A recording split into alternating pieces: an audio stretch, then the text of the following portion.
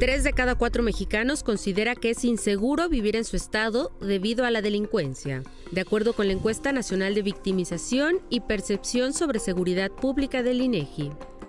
De acuerdo con esta encuesta levantada entre marzo y abril, los estados donde la gente se siente más insegura son Morelos, Guanajuato y Zacatecas. En contraste, los estados donde sus habitantes se sienten más seguros son Baja California Sur, Yucatán y Coahuila. Con esta encuesta, el INEGI estimó que durante 2023, 1 de cada 4 hogares del país tuvo una o más víctimas de algún delito. El delito más frecuente durante 2023 fue el fraude, seguido de robo o asalto, extorsión y robo a vehículo. Sin embargo, el INEGI calcula que durante 2023, la cifra negra fue de 92.9%. Es decir, que 9 de cada 10 delitos no se denunciaron o la autoridad no inició ninguna carpeta de investigación. La principal razón para no denunciar es que lo consideran una pérdida de tiempo, seguida de la desconfianza en las autoridades. Y eso es el país. Vamos a ver de nueva cuenta el comparativo de la percepción de inseguridad. Se dirá, y se dirá con razón, que hay un descenso, que en el 2019, primer año de esta administración, la percepción rondaba el 80% y ahora está en 73%. Ha habido una mejoría de 5%. Pero, pues tenemos un país con una percepción de inseguridad del 78, 79% y hoy tenemos uno de 73%. ¿Qué cambió de fondo? Vimos que empezó a mejorar la percepción en el 2021, ahí se ve, en el 2022, hasta llegar al punto de hoy. Es un porcentaje para presumir.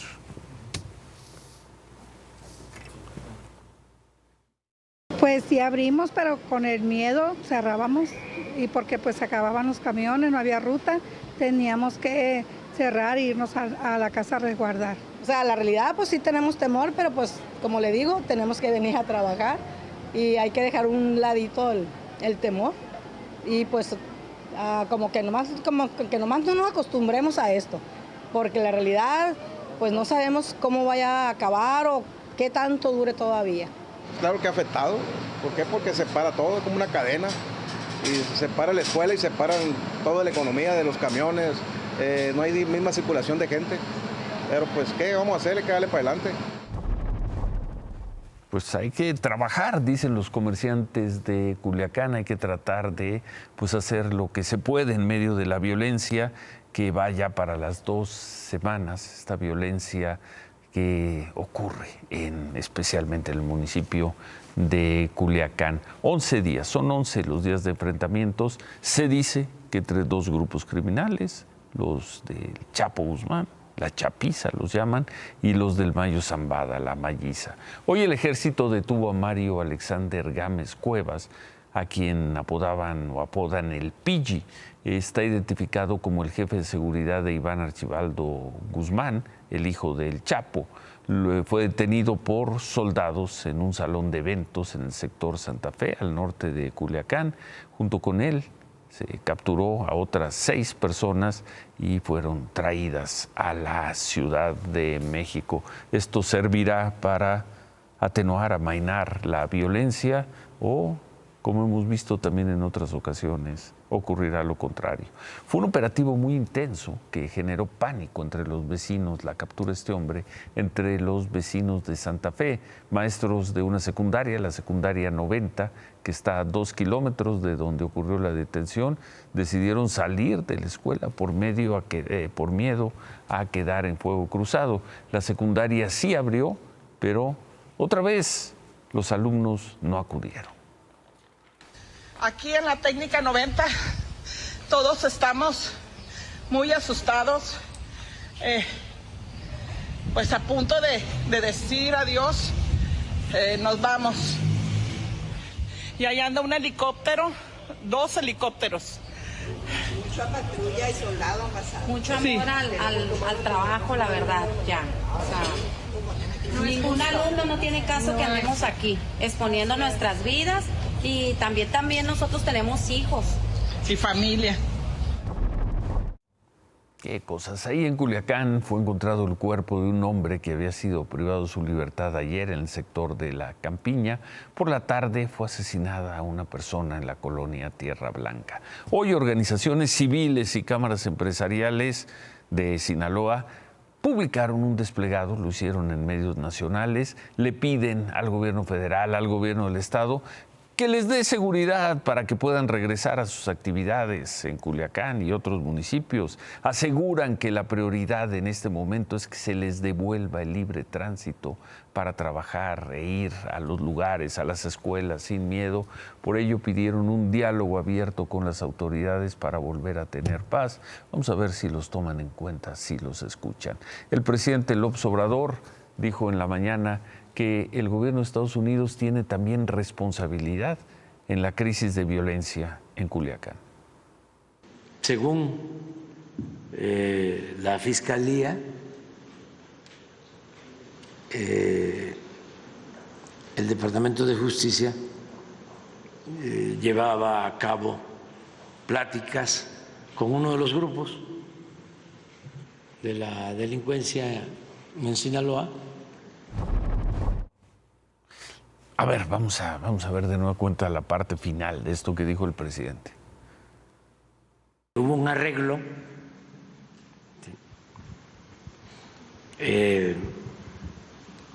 y debido a ese arreglo, que todavía no conocemos en qué consistió,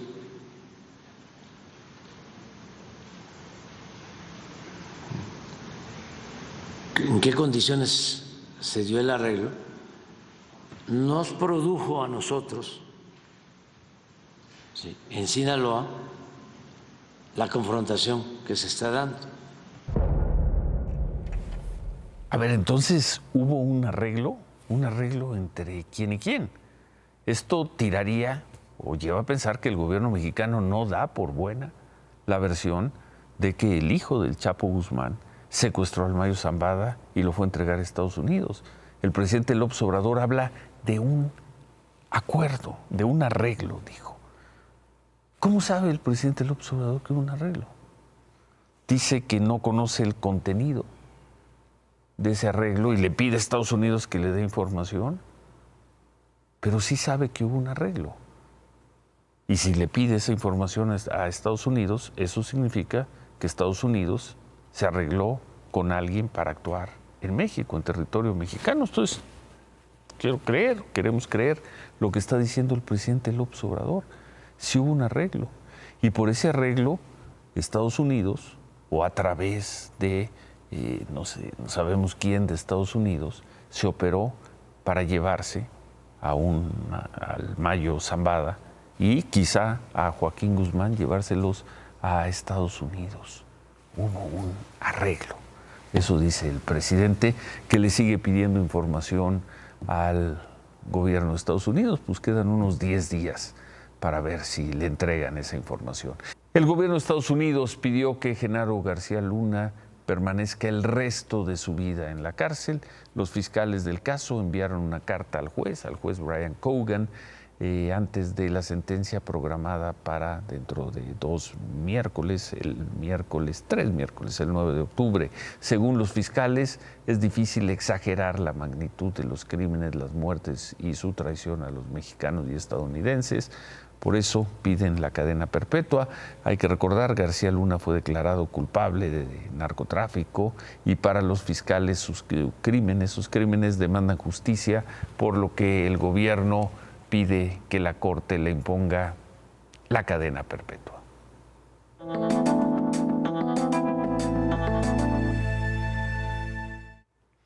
¿Quién piensa en los ciudadanos?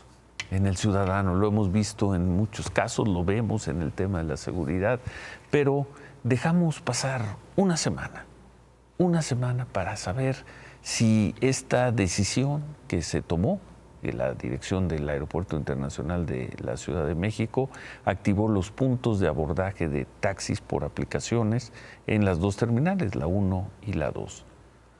Seguramente una medida, producto de una negociación, de una presión de las organizaciones de taxis del aeropuerto, pero pues los usuarios, literalmente tiene que salir a la calle a tomar su Uber, su Didi, su taxi de aplicación. Una semana después. No es el caos del fin de semana, pero las cosas están así. ¿Por qué no poner en primer lugar al usuario, al ciudadano?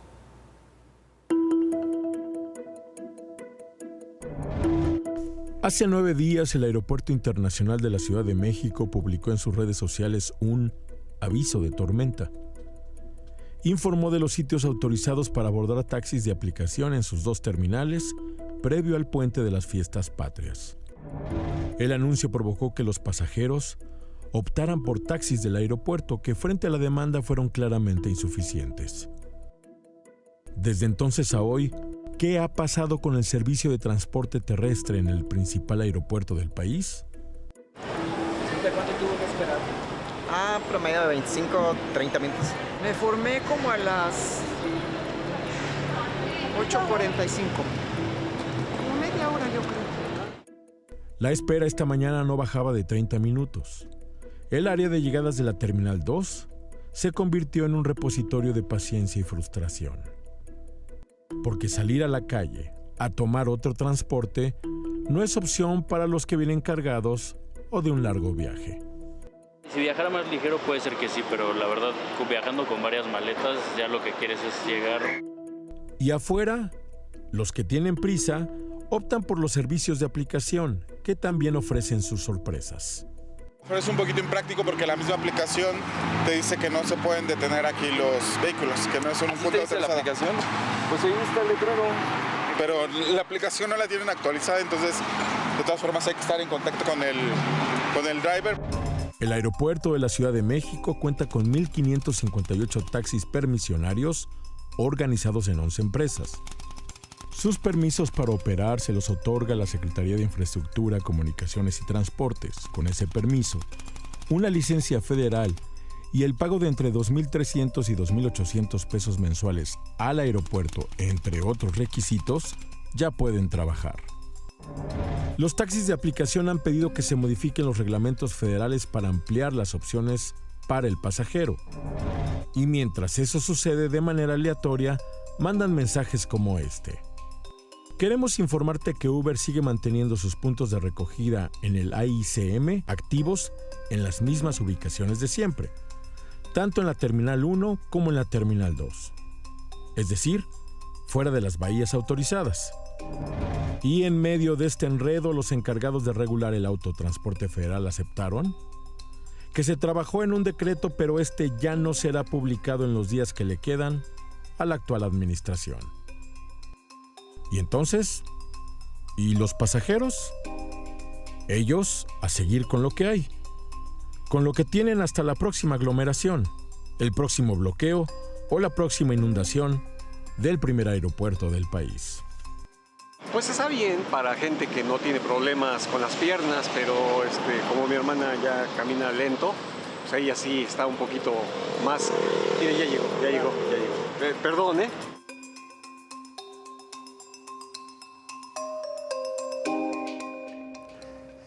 Pues por lo visto, al menos hasta el 30 de septiembre las cosas no van a mejorar para los ciudadanos afectados en el aeropuerto de la Ciudad de México. En otras cosas, no hubo sorpresa en la Cámara de Diputados. Avanza la reforma constitucional que le da el control operativo y administrativo de la Guardia Nacional a la Secretaría de la Defensa. Ivonne, buenas noches. Ciro, buenas noches. Hace 3 horas quedó ya aprobado el dictamen de la reforma constitucional de Guardia Nacional con 363 votos a favor de Morena, Partido Verde y PT. Es una reforma que le da mando militar a la Guardia Nacional y atribuciones de Ministerio Público. Durante 8 horas hubo argumentos en pro y en contra. Así la defendieron. Nosotros sí confiamos en nuestras Fuerzas Armadas. No somos como otros que piden el auxilio del ejército, gobernadores, alcaldes, que manden al ejército y a la tropa y hoy desde aquí fustigan al ejército. Eso es hipocresía política. Voten a favor Concluya, por favor, diputada. De la Guardia Nacional y por futuras ocasiones que pudieran necesitar las funciones de la Guardia Nacional, les pido que voten en congruencia y voten a favor de este dictamen. No vaya a ser que se les ofrezca. Gracias, presidente. Fue un debate marcado por el señalamiento recurrente de que Genaro García Luna representa el pasado y la crítica de la oposición de que la situación en Sinaloa sintetiza la fallida estrategia de abrazos no balazos. Así habló la oposición. Hoy no nos estamos hablando solamente entre nosotros, le estamos hablando a un país que vive una tragedia. Los últimos 3 sexenios, los 3, tenemos problemas con la seguridad. Y nosotros queremos contribuir a solucionar esos problemas. Posiciono en contra de esta reforma, 1, porque no resuelve el problema de la violencia y la inseguridad en nuestro país. Y 2, porque proponemos una estrategia distinta y alternativa, una propuesta que parta desde lo local, es decir, con énfasis en fortalecer las capacidades locales, estatales y, por supuesto, la federal, sí, con la presencia de la Guardia Nacional Civil y solo en situaciones extraordinarias las Fuerzas Armadas. MC, PRI y PAN solo reunieron 133 votos. Sin embargo, Ciro, se puso rudo el debate, al grado que Ricardo Monreal, jefe de la mayoría de Morena, pidió a la oposición bajarle a los excesos de sus señalamientos y ofensas, dijo, contra el presidente de la República y la presidenta electa, pues ante las críticas de Acción Nacional, que citando la carta de Genaro García Luna, decían que había que también atender los señalamientos del exfuncionario a las implicaciones que este gobierno tendría con actividades delictivas. Al final, el anticlímax que observamos aquí, se están presentando reservas, hay 433, pero ninguna tiene futuro y muchos diputados ya abandonaron este salón de debate, Ciro. Gracias, la reforma Ivonne. Es un hecho. Gracias, buenas noches. Gracias a Ivonne. No hay sorpresa, sí, difícilmente habrá una sorpresa en los próximos 3 años en la Cámara de Diputados. La Asociación Nacional de Magistrados y Jueces de Distrito del Poder Judicial aceptó reunirse con el Pleno del Consejo de la Judicatura. Según los acuerdos alcanzados en esa reunión, apenas van a determinar si levantan o continúan el paro de labores que mantienen desde hace un mes. Eso en cuanto a jueces y magistrados. En lo que toca a los trabajadores del Poder Judicial, ellos ya anunciaron que van a mantener el paro.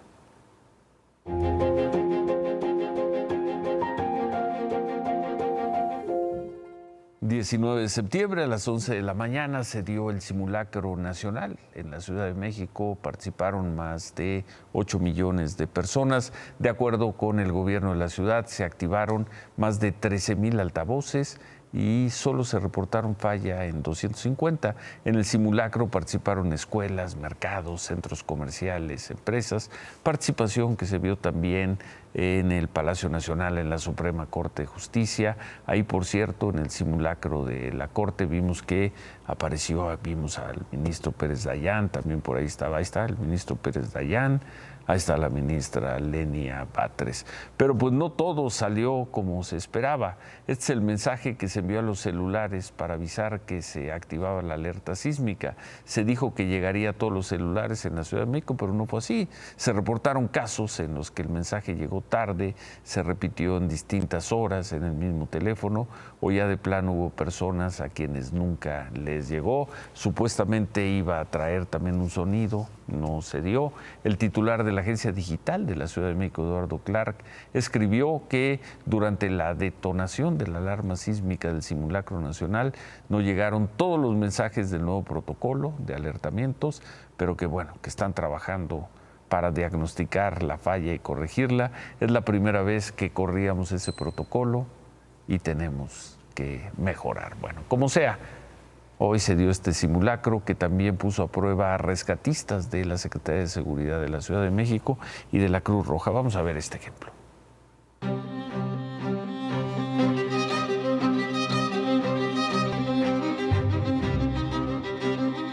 Nuestra operación la estamos calculando de 10 a 15 minutos, del momento que llegamos hasta el momento que tenemos acceso con el paciente y lo logramos descender.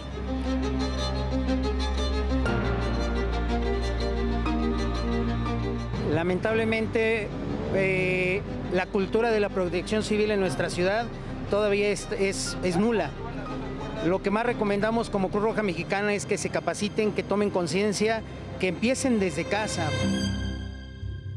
Bueno, la Coordinación Nacional de Protección Civil informó que en el país la alerta sísmica sonó en 10 estados y que hubo movilización, participación de casi 10 millones de personas. 19 de septiembre. David. A cada mexicano nos cuesta más de 6,000 pesos la inseguridad. Ahorita te doy los detalles. Usted, yo, sus hijos, sus padres, sus abuelos, incluso tú, Ciro. ¿Yo qué? 6,800 pesos te cuesta la inseguridad. 6,800 pesos a todos los mexicanos. Diarios, al mes, al año, en la vida. El costo de la inseguridad es el 1.5% del Producto Interno Bruto. Sí. Es decir, le tenemos que dar 6,800 pesos al año a la delincuencia, nada más por ser mexicanos, nada más por estar aquí. Y no lo dice un organismo neoliberal, no lo dice un organismo, ¿cómo dicen? Conservador. No, escandaloso y que le gusta. No, lo dice el INEGI. El INEGI hace una encuesta de...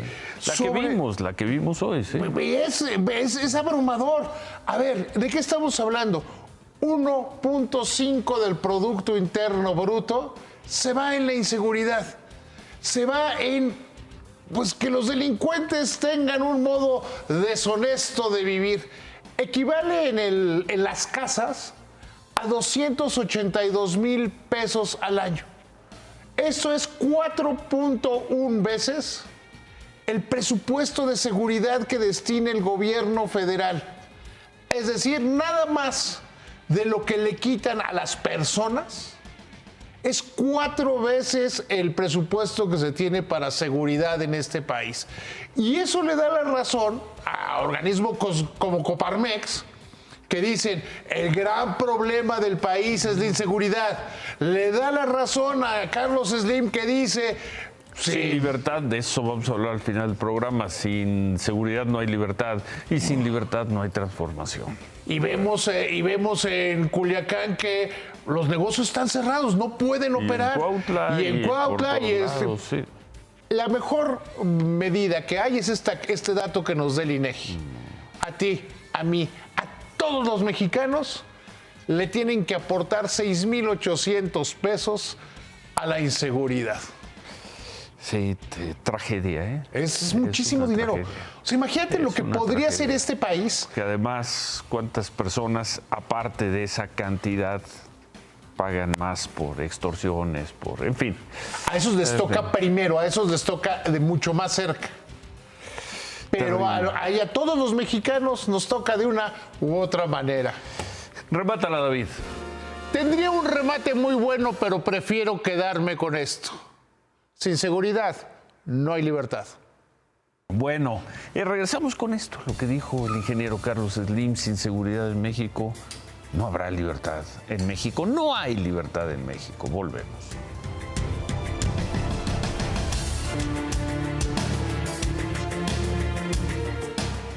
¿Qué decir si 3 de cada 4 mexicanos siguen sintiéndose inseguros?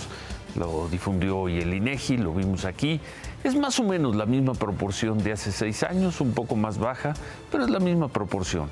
Carlos Slim dijo ayer algo que en cierta forma aquí propusimos desde hace 6 años. Dijo el ingeniero Slim que sin seguridad no puede haber libertad. Y hoy no hay seguridad plena en México. Sin seguridad no hay libertad, sí, y sin seguridad ni libertad, ¿de qué transformación estaríamos hablando? ¿De cuál? Se quedan con ¿Qué importa? Gracias, buenas noches. Ánimo.